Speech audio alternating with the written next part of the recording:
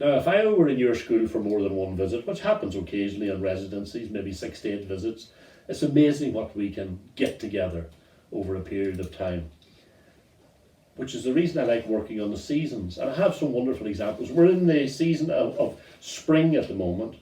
And despite everything, children, it's very spring-like, isn't it? It's wonderful. And here's an example of children using all of their senses to write about spring. Listen closely to this now. See how many senses you can pick up. I can hear the wee lambs bleat and smell the daffodils at my feet. Buds are bursting on the trees and insects chew along the leaves. Chicks are hatching from their eggs, unstable on their stick-like legs. Hedgehogs waken from their sleep underneath the ground so deep. Winter's over, summer's near, now at last the sky is clear. Now, there's beautiful rhyme and rhythm in that. Children like yourselves will often say to me, or ask me, do we need to use rhyme, mister? No, you don't have to use rhyme.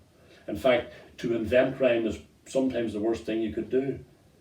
Like the wee boy who rhymed alligator and refrigerator, which was a work of genius, except it made no sense. I have poems about summer and winter and all of the other seasons. So the thing to remember is the use of all your senses. Now let's say, for example, I give you an exercise, as I did in a school some time ago, where I asked you just in one line to tell me how a season feels, how it sounds, how it tastes, how it smells, and then I allow you to see the last verses. How does the season look, or what does it look like? Once again written by children of your age. Summer feels like sand through my toes. Autumn feels like snow on my nose. Autumn feels like everything falls. Spring feels like a young lamb's call. Summer sounds like a loud beehive. Winter sounds like the snow's alive. Autumn sounds like a crunch of leaves. And spring sounds like sprouting seeds. Summer tastes like raspberry gloss. Winter tastes like cranberry sauce. Autumn tastes like apples and pears. And spring tastes like caramel squares. Summer smells like honeybees. Winter smells like antifreeze. Autumn smells like bonfire smoke, and spring smells like varnished oak. Summer looks like barbecue sauce. Winter looks like Santa Claus. Autumn looks like dying leaves, and spring looks like newborn trees. Earlier on, it's talked about winter feeling like snow on your nose. Just little lines like that are lines that you can write together in a group, sitting at your tables. Take a line each. Somebody does winter, somebody does summer, somebody does autumn. One of you might think, I want to feel this. Somebody else might want to taste it. It's a wonderful exercise to help you write. And it just doesn't apply to poetry, it applies to stories as well. Because as I know only too well, and the teachers will know, you get the kids to write something, and I'm talking to your good selves now, and I'm finished far too quickly. So the use of all the senses expands that. Another feature of writing is the whole business of using what we call a template. Something that's well known, like a song, that you can use to write either a poem or a song. And I was working with some children in various schools actually, and with some other groups as well, and we were working the whole business of the environment. And children like yourself who are worried about the polar bears. What is happening? Because you saw something on television about an ice floe breaking up. Remember that? And the mammy bear on one ice floe and the poor wee cub going away. And many of you said to me, what happened to wee cub because of the melting ice? What happens to the Amazon forest because of all the burning what is happening in the world with pollution, etc., etc. What about all the plastic? What's happening to the dolphins and the tortoises? So I decided to use a well-known song, well-known for my generation, and I'm sure many of your teachers will know this, written back in 1963 by the great Bob Dylan, who's still with us, and who recently recorded, I think, a 17-minute song, Blowin' in the Wind. How many roads must a man walk down before you call him a man? How many seas must a white dove sail before she sleeps in the sand? How many times must the cannonballs fly before they're forever banned? The answer, my friend, is blowing in the wind. The answer is blowing in the wind. And there are two more verses in that. So you get that on YouTube, children, and it's great, and get into the rhythm of it. And then to write your eco song or your environmental song or poem, doesn't matter.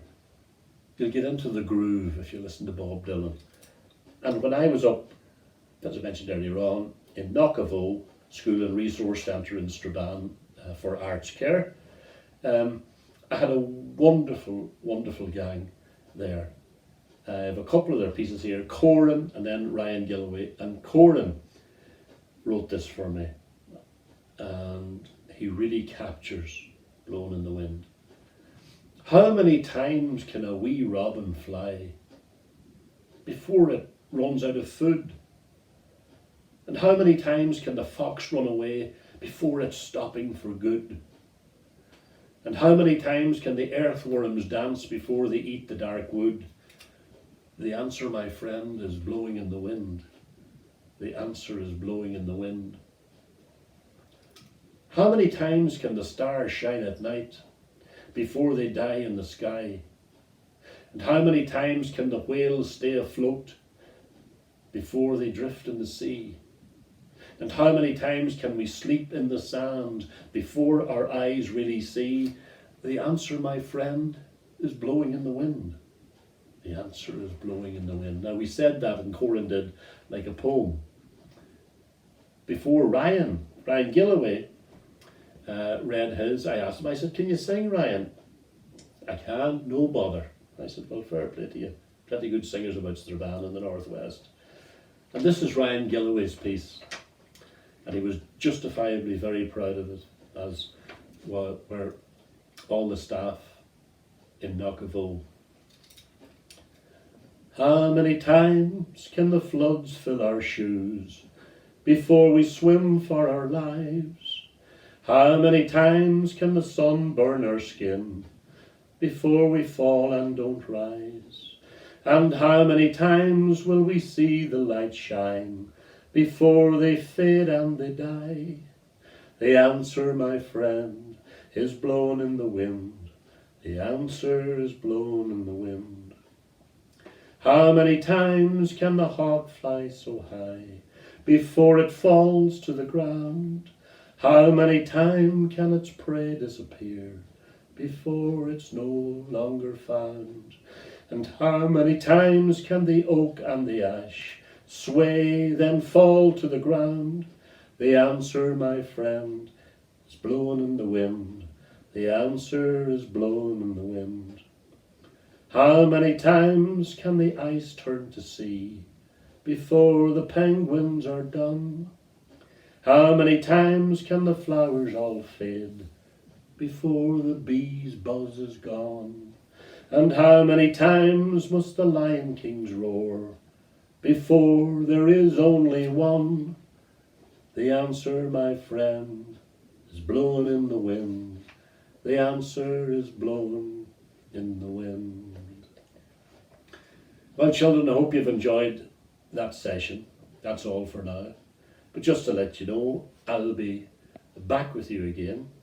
Keep well, keep creative, and keep safe for now. Thanks.